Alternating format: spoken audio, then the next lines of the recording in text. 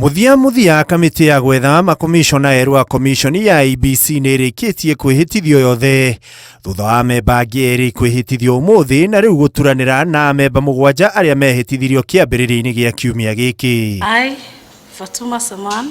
I, Caroline Kituku. Akĩaria igongona-inĩ rĩa kwĩhĩtithia erĩ acio, mũcirithania mũnene Martha Koome augĩte gũcerithĩrio gwa komishoni ĩno nĩ gũcerithĩirie wĩra mũingĩ wa komishoni ĩyo arĩ hamwe na ũgai wa mĩhaka gatagatĩ-inĩ ka mangĩ. Because vital functions such as boundary delimitation, voter registration and by-elections have been stalled.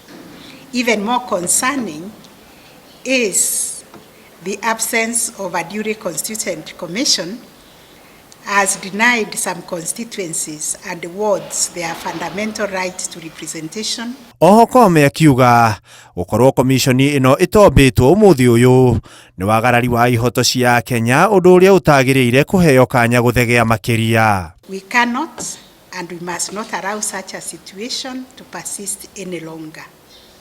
The constitution is clear.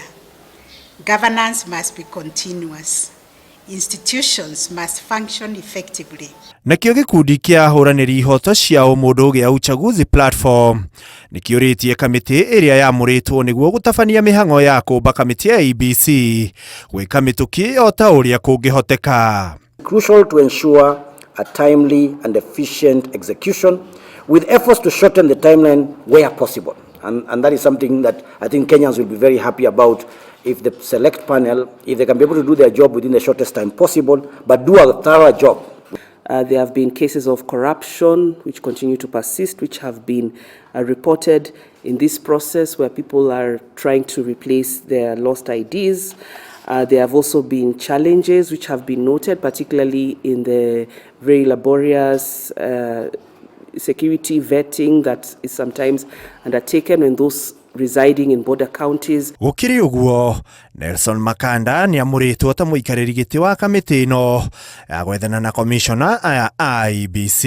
Handũ-inĩ ha Inooro TV, rĩtwa rĩakwa nĩ Ikua wa Boshi.